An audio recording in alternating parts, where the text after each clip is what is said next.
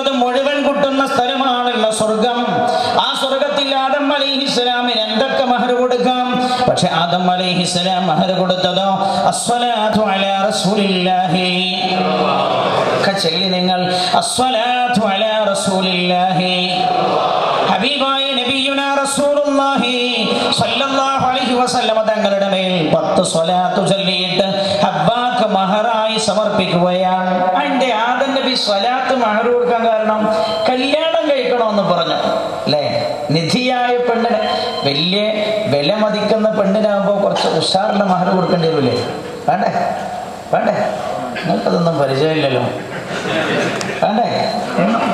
സാധാ കുടുംബത്തിനാ കല്യാണിക്കുന്നത് അരപ്പ കൊണ്ട് കൊയ്യും.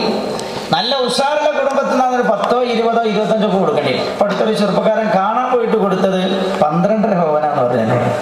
അപ്പൊ എനിക്ക് തോന്നി ഭാര്യ വളരെ സാധു കുടുംബത്തിൽ നിന്നാണ് എന്ന് മനസ്സിലായില്ലേ? ഭാര്യ നല്ല സാമ്പത്തിക കുടുംബത്തിൽപ്പെട്ട ആളാണെന്ന് എനിക്ക് മനസ്സിലായി. 12.5 പവനാ കാണാൻ പോയപ്പോ കൊടുത്തു. അപ്പൊ ഞാൻ ചോദിച്ചു, മഹർ എത്ര കൊടുക്കണം? ഒരു 30 കൊടുക്കണമെന്ന് പറഞ്ഞു. മഹർ മാത്രം ഒരു 30. നിങ്ങൾ ചിന്തിക്കണം, സ്വർഗത്തിലെല്ലാം ഉണ്ട്. പക്ഷെ ആദം അലൈഹിസ്സലാം സ്വലാത്ത് മഹറായി കൊടുക്കാൻ കാരണം എന്താണ്? ആദം നബി ചിന്തിച്ചു, അള്ളാഹ് പറഞ്ഞതല്ലേ മഹർ കൊടുക്കണമെന്ന്. അപ്പൊ അള്ളാഹ്ക്ക് ഏറ്റവും ഇഷ്ടപ്പെട്ടതാവട്ടെ മഹർ. ഇഷ്ടപ്പെട്ടതെന്തെന്ന് ആദം അലൈഹിസ്സലാം ചിന്തിച്ചപ്പോൾ അള്ളാഹുവിന്റെ മലക്കുകൾ സ്വലാത്ത് ചൊല്ലുന്നതാണ് ആദം അലൈഹിസ്സലാം കേട്ടത്. അതുകൊണ്ട് പുണ്യ നബിയുടെ മേൽ സ്വലാത്താണ് ആദം അലൈഹിസ്സലാം മഹറായി കൊടുത്തത്. ചിന്തിക്കും. ഇപ്പൊ പൊട്ടപ്പായത്തല്ലേ? ഞാൻ അങ്ങോട്ട് കടക്കുന്നില്ല. അവിടെ കടന്നാൽ ഒരു ചെറിയ സമയം കൊണ്ട് തിരിച്ചു പോകാവുന്നതല്ലാത്തത് കൊണ്ട് വഫാത്തുർ റസൂൽ പറഞ്ഞിട്ട് വേഗം തടി തപ്പുകയാണ്. അല്ലാഹു റബ്ബുൽ ഇസ്സത്ത് പടച്ച തമ്പുരാൻ മുത്തനബി സല്ലല്ലാഹു അലൈഹി വസല്ലമ തങ്ങളുടെ സന്നിധിയിൽ മഹ്ശറിൽ ഒരുമിക്കാൻ അല്ലാഹു തൗഫീഖ് ചെയ്യുമാറാകട്ടെ. ഇതൊക്കെ നമ്മൾ പറയുമ്പോഴും പുണ്യനബിയുടെ ജന്മത്തിൽ നമ്മൾ സന്തോഷിക്കുമ്പോഴും നമ്മുടെ കൽബിനെ വല്ലാതെ വേദനിപ്പിക്കുന്ന ചിലതുണ്ട്. ഞാൻ എന്തിനു പിന്നെ മദ്ഹ് പറഞ്ഞു എന്ന് വെച്ചാൽ, മദ്ഹിന്റെ തുടക്കം എപ്പോഴാന്ന് വെച്ചാൽ അത് കേരളത്തിൽ തുടങ്ങിയതല്ലാന്ന് ഒന്ന് സൂചിപ്പിച്ചതാണ്. അത് തലപ്പാവുകാരുടെ പടിയല്ല എന്ന് ഓർമ്മപ്പെടുത്തിയതാണ്. കാരണം എന്താ പറയുക, ഗൾഫിൽ നിന്ന് ഒരുപാട് ഗുണമുണ്ടായിട്ട് നമ്മുടെ നാട്ടിൽ പള്ളികളൊക്കെ ഉഷാർ. പള്ളിയുടെ മിനാരങ്ങൾ എത്ര മിനാരങ്ങൾ ഉയർന്നു നിൽക്കുന്നു. ആ മിനാരങ്ങളുടെ പിന്നിൽ നിങ്ങളുടെയൊക്കെ വിയർപ്പ് തുള്ളികൾ ഉണ്ട് എന്ന് മനസ്സിലാക്കാൻ കഴിയും.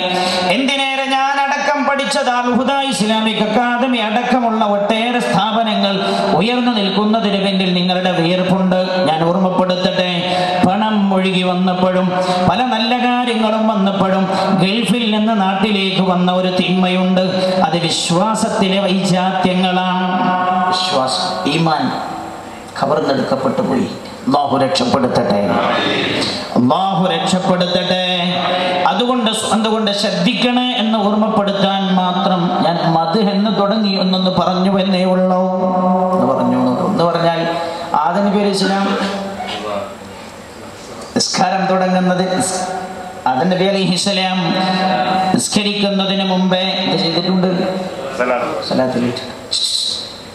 മൗലിദ് പണി ചെല്ലണം.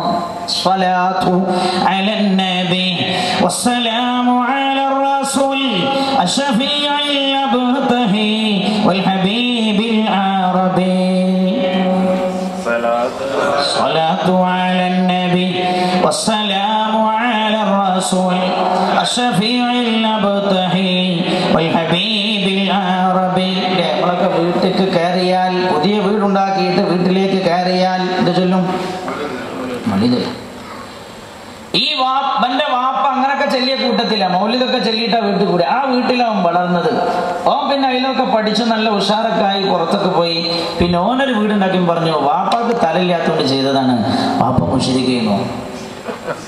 എന്നാൽ കേൾക്കണോ നിങ്ങൾക്ക്, അബൂനാബുൽ ബശർ ആദം അലൈഹിസ്സലാം സ്വർഗത്തിലേക്ക് കടന്ന പാടെ ചൊല്ലിയ അമലേത